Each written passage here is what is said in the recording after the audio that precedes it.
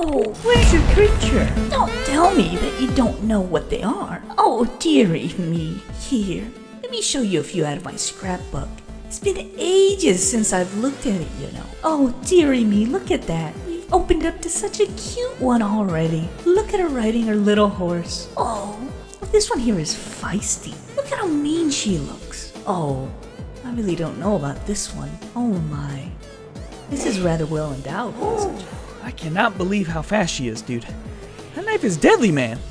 Huh, so what are you doing now, man? Oh god, not the scrapbook. Daphne, I've changed my mind. You can stab me now. Rick, you be quiet and look at how cute this here Ayla's pet is. Oh my, look at his little bum bum. Look, Granny, I'm on a tight schedule here. I got until the end of the month to teach this guy about gear fundamentals, or else Ferris is gonna do me in way worse than Daphne and you are. Well, okay, maybe not worse than you are right now, but still. Can we get the condensed version? Well, if you're in such a hurry, why don't you explain the basics to me?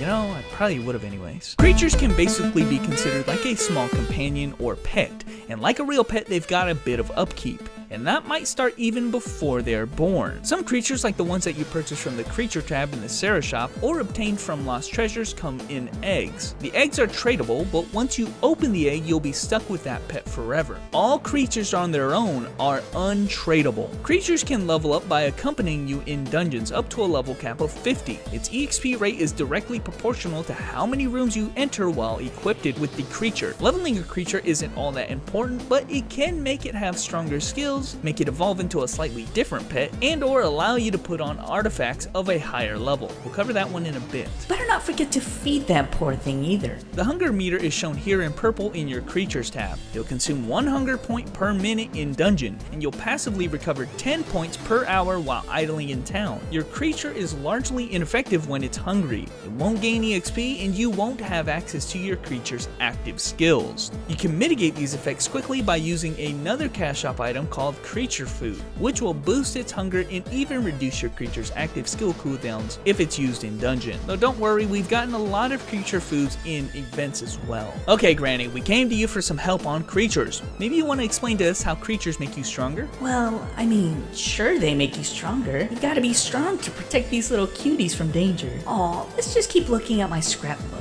No! Look, to be more specific than that, creatures can give your character stats both in the form of passive stats and active skills. A creature's passive stats are indicated by the blue stat on the creature itself. Consider it no different from any other gear slot that we've already discussed. So long as you have the creature equipped, then you will receive the stats as indicated. There are some extra unique passive effects your pet might have as well. For instance, this Ami pet passively picks up items periodically in dungeon. Great for farming since he's also got increased weight limit. Or this green Bobo that just won't shut the hell up in town. Some creatures have a specially designed bead to go with it that may give it additional stats. It's essentially an enchantment for your pet. They will show up as green stats and again are completely designed around that particular creature. The passive stats for creatures are generally focused around damage by some means and or +1 level on skills. This can be quite helpful, especially for things like your swap skills or awakenings, but maybe one of the most important features of creatures is their active skills. Most creatures will have 1 or 2 active skills to go along with their passive stats. The skills themselves have a recharge time and generally it's pretty long, essentially meaning you cannot use it right away. You must wait until the skill is charged up before you can use it. The key to use your creature skill is V by default, but you can always change that in the hotkey settings. For creatures that have more than 1 active skill, you have up until the time your second skill is recharged to use your first, but generally the second skill is the one that you want to use anyway. What kinds of skills can your creature do though? Here's where it starts getting real open-ended. Let's get this out of the way first. If the creature skill is some kind of offensive attack that does a fixed amount of damage, it's trash. Speaking of trash, look at this dimensional walker pet, Sonny.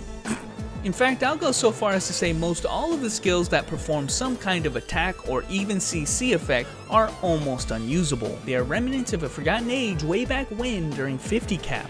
We are living in 2018 and it's 90 cap now. What we're looking for are creatures who provide buffs in some way to your character. These are still relevant today, and when I say relevant, I mean some buffs are downright insanely good. Creature buff skills scale extremely well into the late game, some of which, like in Dayron here, providing incredible damage boosts while the buff skill is active. Just keep in mind that some creatures buffs buffs are single target on your own character, whereas others are party-wide effects. Depending on your role in the party, what creature you use could be a large part in how effective you can be. Now keep in mind that there generally is a balance of things. If a creature has very powerful passive stats, then its active skills are probably negligible, and vice versa. A good example is your Second Awakening Petite pets. They have great passive effects with 7% crit damage and buffing up key skills like your buff skill and Second Awakening. Their active skill though is essentially the same thing as a Toy of the Sparkling World consumable item. Conversely, the Enderon pet has mediocre passive stats, but his active buff for stacking 15% attack damage more than makes up for it. I could go on and on about these creatures and stats and tier lists about which ones are good, but in this instance I think it's best if you just read the creature's effects and skills to see how they complement your character. With all manners of creatures popping up, it's important you become self-reliant when it comes to ranking the usefulness of them and the stats that they provide.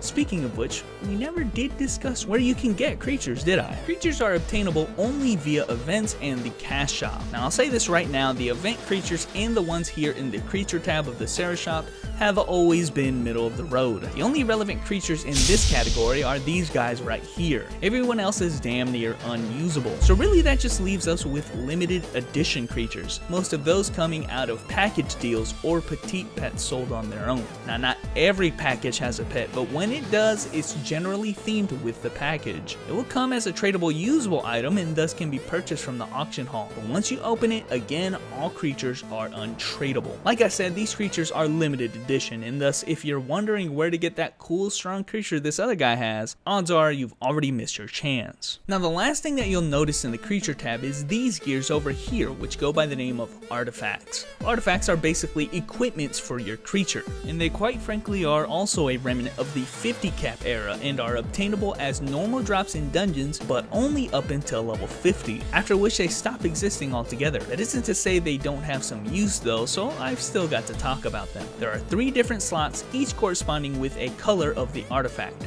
red, blue, and green. The color of the artifact dictates what kind of stats are available to them. Here they are, and they all have varying levels of potency based on the rarity of the artifact, which can range from common to rare. This is all starting to sound pretty familiar at this point. A lot of systems seem to follow this formula. The strongest ones that you can get are these level 50 rares. The key stat here is the green artifact. It can reduce the cooldown of your active skill, which in itself is the only useful thing that can be provided out of artifacts. Everything else is kinda whatever. Hey Sonny, no need to take that tone with me. But while you can equip any artifact that you want, your pet only gets benefits from the stats an artifact provides by being at or above the minimum level requirement of the artifact, giving another albeit small reason as to why you want to level up your creature to the maximum level. 10% cooldown reduction is a big deal for potent active skills. But anyway, newbie, that about wraps it up.